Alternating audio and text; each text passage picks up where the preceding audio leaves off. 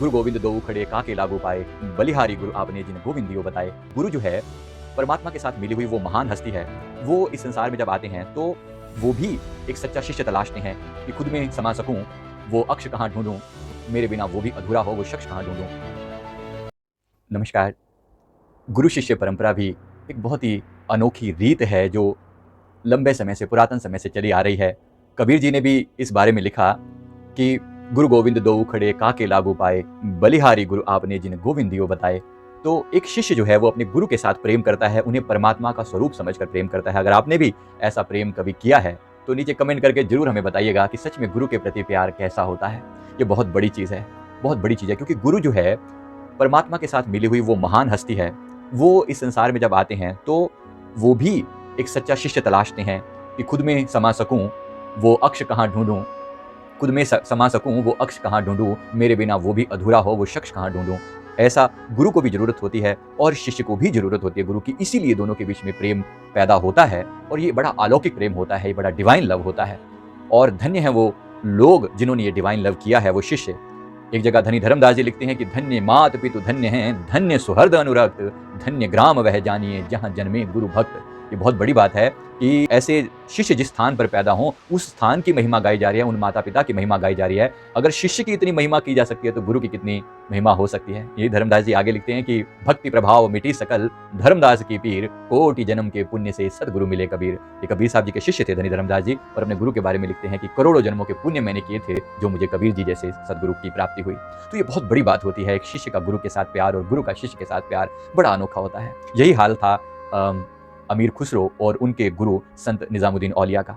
बड़ा प्यार था, अनोखा प्यार था। संत निजामुद्दीन औलिया जो है वो बाबा फरीद जी के शिष्य थे। इनकी अपनी अलग ही, मतलब इनकी जो धुन थी, यानी एक सूफी परंपरा से थे। तो सूफी परंपरा में आप जानते हैं कि जो गुरु शिष्य का जो प्यार होता है वो परमात्मा को भी अपनी महबूबा की तरह से कहते हैं कि उसका कहते हैं कि उसका मुख एक जोत है, घूंघट है संसार, घूंघट में वो छुप गया, मुख पर आंचल डार, घूंघट चुक ओ सजना वे। ये लगेगा आपको कि ये बात संसारी प्यार के बारे में की जा रही है, पर ऐसा बिल्कुल भी नहीं है। ये बड़ा अलौकिक प्रेम है कि घूंघट चुक ओ सजना वे, उन शर्मा कानू रखियां वे। ये बड़ा बड़ा गहरा प्रेम है। तो जिन्होंने ये प्रेम किया हो उनको नमस्कार है, वो धन्यता के पात्र हैं जिन्होंने ऐसा प्रेम किया है। मैं बात कर रहा हूँ अमीर खुसरो और हजरत निजामुद्दीन औलिया के बीच में। उन्होंने जो ये प्यार था, ये बहुत ही गहरा प्रेम था दोनों के बीच में, और दोनों एक दूसरे की दिल की भाषा समझते थे। गुरु ने कुछ कह दिया तो शिष्य मन ही मन समझ जाते, बात पूरी कर देते। बिल्कुल वही जैसे स्वामी विवेकानंद जी और श्री रामकृष्ण परमहंस जी के बीच में था। इसी तरह से जैसे बाला मर्दाना और सदगुरु श्री गुरु नानक देव जी महाराज जी के बीच में, मतलब वो प्यार जहाँ पर आप कुर्बान हो जाते हो, गुरु अंगद देव जी और सदगुरु श्री नानक देव जी महाराज जी के बीच में वो प्यार जो है, जहाँ पर आप कुर्बान हो जाते हो, जहाँ पर एक शिष्य अपने आप को समर्पित कर देता है गुरु के प्रति, बड़ा अनोखा होता है। तो अमीर खुसरो और निजामुद्दीन औलिया जी के बीच में जो प्यार था, ये भी बड़ा अनोखा प्यार था। इतना कि अमीर खुसरो का सच में बहुत अमीर थे। इनके पास इतना अपार पैसा था कि इनके पास सोने के, मतलब सोना लादे हुए ऊँट चला करते थे इनके साथ में। तो एक बार इनके गुरु यानी कि निजामुद्दीन औलिया जी के पास एक व्यक्ति आया और उसने जो है अपना उनसे कहा कि मेरी बेटी की शादी है। उस व्यक्ति ने कहा कि मेरी बेटी की शादी है, आप कोई सहायता मुझे प्रदान करें, क्योंकि उसमें बहुत पैसा लगता है, तो कुछ धन की सहायता हो जाए। अब वो आया था ये सोचकर कि बहुत बड़े इतने महान ये संत हैं, तो ऑफकोर्स कुछ मदद कर देंगे तो मेरा कल्याण हो जाएगा।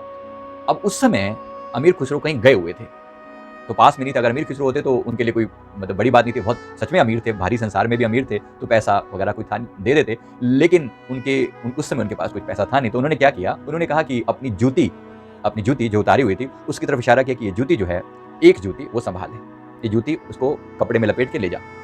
इस व्यक्ति को, जो व्यक्ति सहायता लेने के लिए आया था, इसको बड़ा बुरा लगा कि भाई मैं इतने दूर से आया हूँ और मेरी तो उम्मीद थी कि यहाँ पर कुछ धन धान्य मिलेगा, कुछ पैसा मिलेगा। इन्होंने क्या पकड़ा दिया, एक जूती, सिर्फ एक जूती, मतलब इससे कैसे मेरा गुजारा चलेगा, और ये क्या एक तरीके का मजाक हो रहा है मेरे साथ। लेकिन चलो खैर, बड़े हैं, संत हैं, तो उनके सामने क्या बोलना। उन्होंने जैसे तैसे करके अपने आप को मन को शांत किया और चलने लगे। जूती उन्होंने अपनी बगल में टावल में लपेट के बगल में रखी हुई है।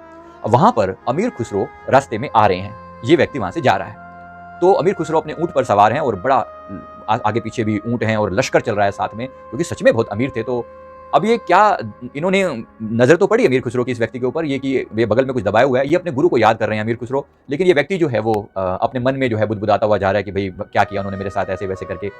तो वो अपने गुरु को याद कर रहे हैं। अब चांस की बात, जब गुरु को याद किया तो ये ऊंट पर बैठे हुए हैं और ये व्यक्ति पैदल नीचे से आ रहा है। तो उन्होंने फील किया कि जैसे उनके गुरु आसपास में है। अमीर खुसरो ने फील किया कि जैसे उनके गुरु की सुगंध आ रही है, ऐसा उन्होंने फील किया। तो फिर उन्होंने कहा कि ये सुगंध इस समय कहाँ से आ रही है? तो उन्होंने आस-पास में देखा कि कोई ऐसी सुगंधी वाली वस्तु कोई मौजूद तो नहीं है, लेकिन सुगंध ऐसी फ़ील होती है जैसे मेरे मेरे गुरु मुझे बहुत याद कर रहे हैं। तो फिर उन्होंने अनुभव किया कि ये जो व्यक्ति आ रहा है, ये कहीं न कहीं कनेक्टेड है, ये कहीं न कहीं मेरे गुरु से जुड़ा हुआ है। तो व्यक्ति जो है वो पास से निकला और सुगंध जो है बढ़ती चली गई, और जब ये आगे चला गया तो सुगंध जो है वो कम होती चली गई। तो इसने कहा कि कुछ हो ना हो, इसके पास कुछ ऐसा है जो मेरे गुरु से जुड़ा हुआ है। तो ये उनके पास नीचे उतरे और उस व्यक्ति को बुलाया, उससे पूछा कि भाई तू सच बता, तेरे पास ऐसा क्या है जो कहीं न कहीं मतलब निज़ामुद्दीन औलिया जी से जुड़ा हुआ है? क्या तू कहीं उनसे मिल के आ रहा है? उसने कहा जी बिल्कुल मिल के आ रहा हूँ, मैं उनसे मिल के आ रहा हूँ। मैं उनके पास गया था और उन्होंने ऐसे-ऐसे करके मैंने उनसे सहायता माँगी थी, लेकिन उन्होंने जैसे करके उन्हें ये बात बोली और जूती जो है वो उनकी जो थी वो निकाल के आगे रखी, भई ये जो है उन्होंने मुझे दी।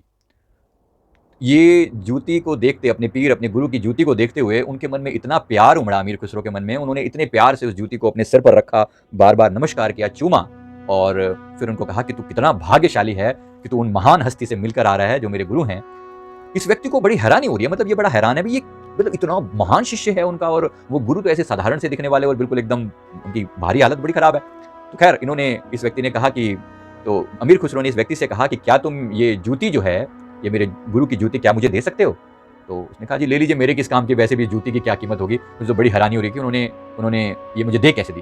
तो ये उन्होंने, अमीर खुसरो ने जूती ली और इसके बदले में अपने सोने चांदी के भरे हुए कई ऊँट इसके साथ कर दिए कि तू सभी ले जा। तूने मेरे गुरु की जूती मुझे दी है, इस जूती के बदले में मैं ये सारे ऊँट तेरे नाम करता हूँ, ले जा ये सारे ऊँट।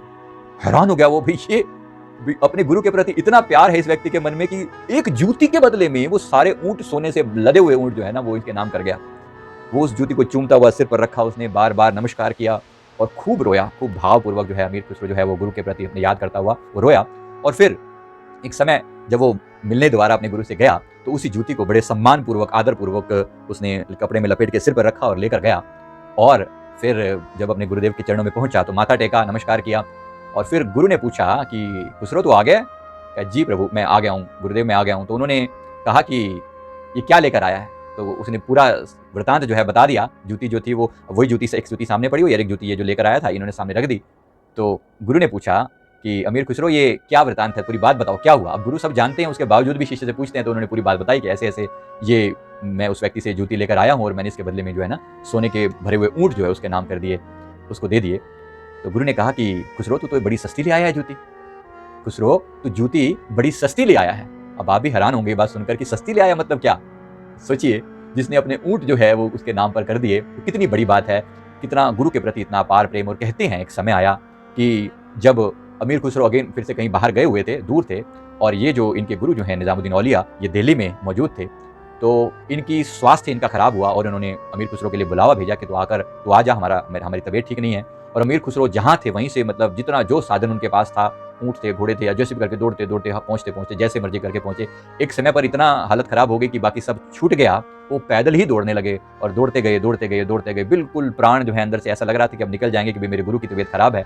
तो खैर वो फाइनली जब वहाँ पर पहुँचे तो उस समय तक उनके गुरु जो है यानी निज़ामुद्दीन औलिया जो है वो अपनी देह का त्याग कर चुके थे और वो लेटे हुए थे। उनके शरीर को वहाँ पर देखकर अमीर खुसरो के इतने रोए वो, इतने भाव उनके मन से। उन्होंने एक पंक्ति वहाँ पर कही जो कि उनकी इस समय में दिल्ली में जो उनकी दरगाह है वहाँ पर उनकी वो लिखी हुई है। तो उसमें उन्होंने कहा कि गोरी सोवै सेज पर, मुख पर डारै केस। गोरी सोवै सेज पर, मेरे प्रीतम, मेरे गुरु जो हैं वो इस समय संसार को त्याग कर चुके हैं और मुख पर डारे केस, उन्होंने संसार से अपना मुख मोड़ दिया है, वो चले गए। अब देखिए शब्द क्या इस्तेमाल किया यहाँ पर, गोरी सोवै सेज पर, कि गोरी जो है जिनके प्रति मेरा प्यार था, अलौकिक प्रेम था, तो वो प्रेम जो है वो आज वो चले गए हैं। गोरी सोवै सेज पर, मुख पर डारे केस, चल खुसरो घर आपने, सांझ भई आदेश। चल खुसरो तू भी अपने घर चल, अब यहाँ पर रहने को कुछ बचा ही नहीं है, सारा संसार में अंधेरा छा चुका है, मेरे गुरु तो चले गए हैं। ऐसा भाव इनके मन में था और ऐसा करके पछाड़ खा के रोते हुए, चीखते हुए गुरु की समाधि के पास, गुरु के शरीर के पास ये गिरे और कहते हैं कि उसी वक्त इनके प्राण पखेरु उड़ गए और दोनों की समाधि फिर पास में बना दी गई, गुरु और शिष्य की समाधि दोनों पास बना दी गई। तो ये गुरु शिष्य परंपरा का एक महान उदाहरण हमने देखा। तो ये प्यार हम भी अपने परमात्मा के प्रति, अपने इष्ट, अपने मालिक के प्रति ऐसा प्यार हम भी पैदा कर सकें, तो ये शब्द हमारे लिए भी सार्थक हो जाएं कि गुरु के प्रति गुरु जो है, गुरु गोविंद दो खड़े ताके लागू पाएं। तो ऐसा हम भी जान सके कि सच में गोविंद से भी जो बड़े हैं वो सदगुरु हैं, इसलिए गुरु के प्रति प्रेम अपना दिन पर दिन हमारा बढ़ता चला जाए। तो ये कहानी आपको कैसी लगी जरूर अपने कमेंट लिखकर शेयर कीजिएगा। थैंक यू वेरी मच, बहुत बहुत शुक्रिया। वीडियो को लाइक करें, कमेंट करें, चैनल को भी सब्सक्राइब कर लें।